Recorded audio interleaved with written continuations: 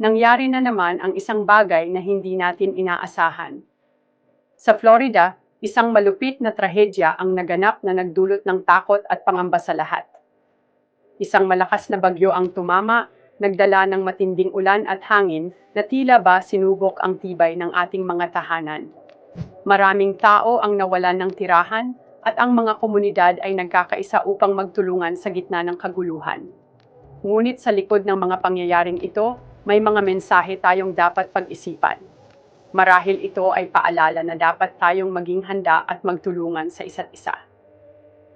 Sa mga ganitong pagkakataon, lumalabas ang tunay na diwa ng pagkakaisa. Ang mga tao ay nag-aabot ng tulong, nagdadala ng pagkain at tubig sa mga naapektuhan.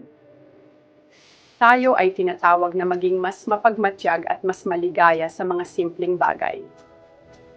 Ang mga pagsubok na ito ay hindi lamang trahedya, kundi pagkakataon din upang muling pag-isipan ang ating mga prioridad sa buhay. Sa kabila ng lahat, may pag-asa pa rin.